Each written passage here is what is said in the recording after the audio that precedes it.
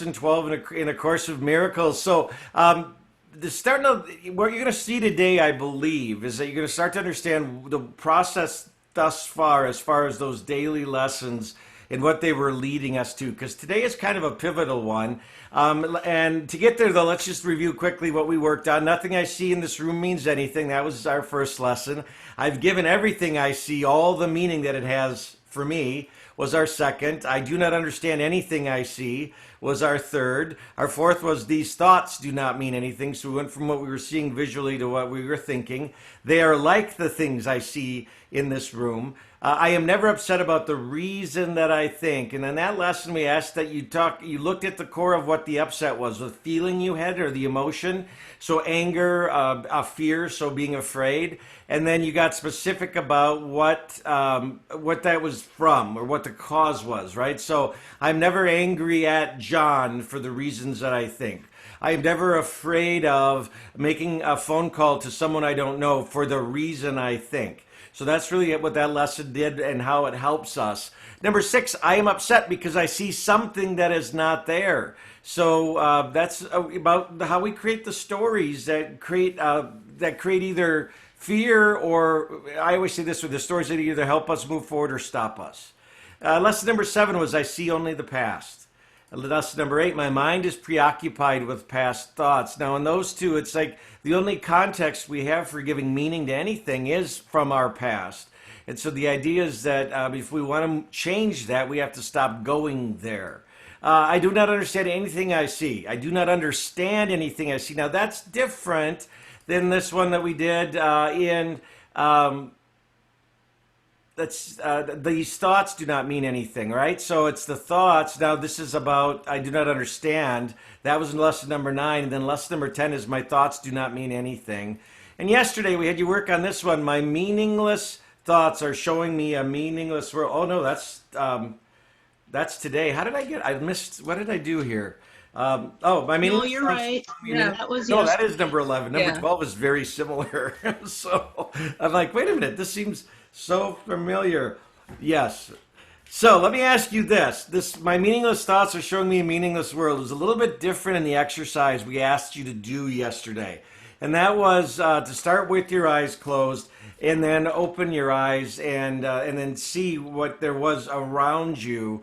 I'm just kind of curious, what happened for you as you worked in that exercise? Did anything occur for you? And I'm going to take us off the screen share just so I can see everybody. I had an interesting experience, Darren. I had some past clients that I hadn't seen in a long time, and the it's a married couple, and one of the partners is a sweetheart, and the other one can be kind of challenging. And so I had all this baggage in my mind about the challenging one, and wondered, do I even just take them off my database or keep them on? And I didn't have a phone number or an email anymore. And so after my last appointment yesterday, I just drove by the house and went and knocked on the door. Just totally meaningless, left all my baggage in the van. And we had the sweetest little visit for like 20 minutes. And everything with the typically difficult part of the couple?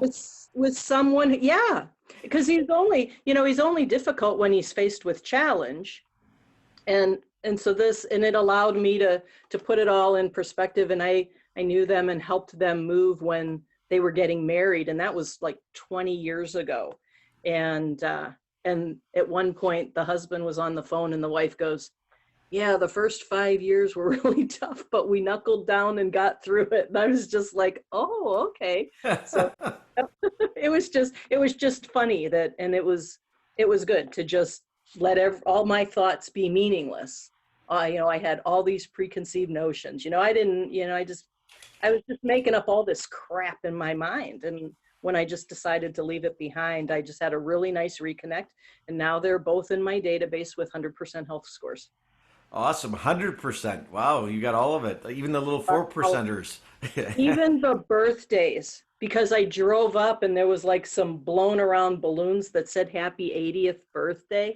I was like, oh, I missed a birthday. But then it was a nice entree to say, I'm so sorry I missed your birthday. When was it? That's And when is perfect. your birthday? So it was sweet. It was fun. That's awesome. And so when you went there without any preconceived ways of them being, they show up Hmm. different. Yeah. It's Yeah. interesting. I love that. I love that you connected the dots of that too, Lori. So thank you for sharing it. Hmm. Anyone else have anything happen as we did this exercise around my meaningless thoughts are showing me a meaningless world? Well, I just want to add with regards to what Lori had mentioned, she was at a different point in her life then and now as well. Yeah. Yes. Yeah. Great Very. point, Kimbra. Yeah.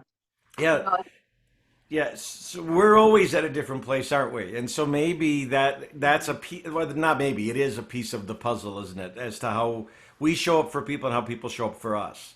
Yeah, Right. that's great insight. Anything because I know it else? happens to me all the time. I get all revved up and then it's like, well, that was 5 years ago. So And So just giving it's interesting, Kimber, when you talk about getting revved up, just think of the energy that we expend on those types of things from time to time when it could have been used for something else. yeah, hmm Right. So and just when you really are just being in each moment, and we talked about the past slight a little bit in the last couple lessons, just being in that space, then there isn't the energy of the past that you have to bring to it. And then you mhm. just, it's like, we talked about this, oh man, I forget, like a month and a half ago, we talked about flow one day, about like being in that zone. Yeah. And In the zone. that's kind of another way of it showing up, I think, is just where things just kind of flow. So, in all of this, what you may start seeing is some connection between some of the things we've talked about from the Stoics of ancient Greece and Rome all the way through to the happiness series of quantum physics. That's really kind of this culminates all of that together, I believe. So I'm gonna Mhm. jump in because it's a little bit the lesson's a little longer to go through today because it is such a it's pretty it's pretty in depth, and I'll just share say that. So I'm gonna get us back and share what the lesson for today is. And it says, I am upset because I see a meaningless world. So this is why it was so similar to yesterday, because yesterday we said my meaningless thoughts are showing me a meaningless world. And now it is, I am upset because I see a meaningless world. I see a meaningless world. It says the importance of this idea lies in the fact that it contains a correction for a major perceptual distortion. That first line is powerful. It says, let me do this again. It says, the importance of this idea lies in the fact that it contains a correction for a major perceptual distortion. You think that what upsets you is a frightening world, or a sad world, or a violent world, or an insane world. All these attributes are given it by you. The world is meaningless in itself. So these exercises are done with your eyes open. So today's exercise is eyes open. Look around you. This time, quite slowly. Try to pace yourself so that the slow shifting of your glance from one thing to another involves a fairly constant time interval. Do not allow the time of the shift to become markedly slower or shorter.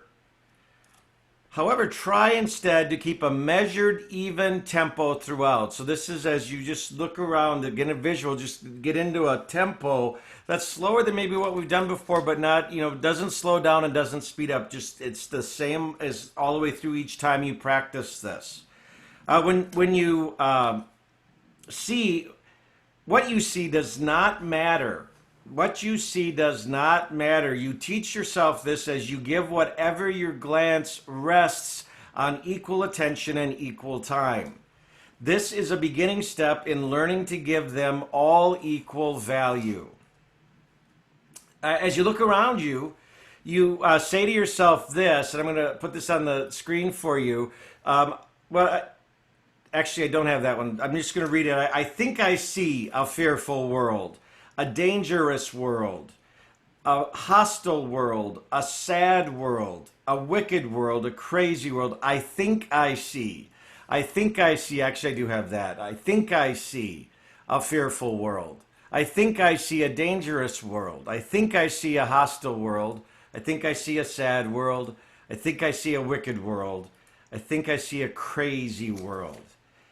And so on, whatever that is, as far as where the upset or where that upset may come from. So using whatever descriptive terms happen to be occurring for you. So again, fearful, dangerous, hostile, sad, whatever that might be, just use that. For example, you might think of a quote unquote a good world or a satisfying world. If such terms occur to you, use them along with the text. So again, it's not only what you might consider negatives, it's if positives show up as well. Use these along with the text and the rest. You may not understand why these quote unquote nice adjectives belong in this exercise, but remember that a good world implies that there's a bad one as well. And a satisfying world implies that there's an unsatisfying one. All terms which cross your mind are suitable subjects for today's exercise, whatever comes into your thinking. Their seeming quality does not matter. Fearful, dangerous, hostile, happy, satisfying, grateful, any of those can be, anything can be used. So be sure that you do not alter the time intervals between applying today's idea to what you think is pleasant and what you think is unpleasant. So whatever comes up, don't treat one differently than the other depending on the adjective. For the purpose of these exercises, there is no difference between those words. At the end of the practice period, you will add this statement, but I am upset because I see a meaningless world. So that's what you add at the end. So I think I see a whatever. I think I see a, whatever those upsets would be. Now, what is meaningless is neither good nor bad. Why then should a meaningless world upset you? If you could accept the world as meaningless and let the truth be written upon it for you, it would make you undescribably happy. Let me say that again. If you could accept the world as meaningless and let the truth be written upon it for you, it would make you undescribably happy. But because it is meaningless, you are impelled to write upon it what you would have it be. It is this you see in it. It is this that is meaningless in truth. Beneath your words is written the word of God. The truth upsets you now, but when your words have been erased, you will see His words. That is the ultimate purpose of this exercise. So 3 or 4 times is enough to practice this throughout the course of the next day. Don't let your practice periods exceed more than a minute. And then if you find even this too long, shorten it. So if a minute's too long, and then stop the exercise if it starts bringing up a sense of strain, uncomfortableness, irritation, just stop. Because again, much like we talked about yesterday, just let it go at that spot. So put a couple other notes together on this. Before I jump into that, though, are there any questions on the lesson for today? Any questions on the lesson? It's a lot. It's a powerful one. So here's what I wrote down. It said this is a lesson in peace. This is a lesson in peace. In all of this, if we remember, it's the projection of our judgment that we put on things that creates any sort of suffering that we experience. So in all of this, it's to release us from being judging machines, as we used to say in bold. It's about eliminating judgment. And I wrote this down because this statement I think works for me so well. It says, every time I suffer, I have entertained, wrong thoughts of myself or something else. So when I find myself feeling like I'm suffering somehow, it's that I'm entertaining thoughts that aren't serving me well. I'm comparing myself to something. I'm comparing this to something else.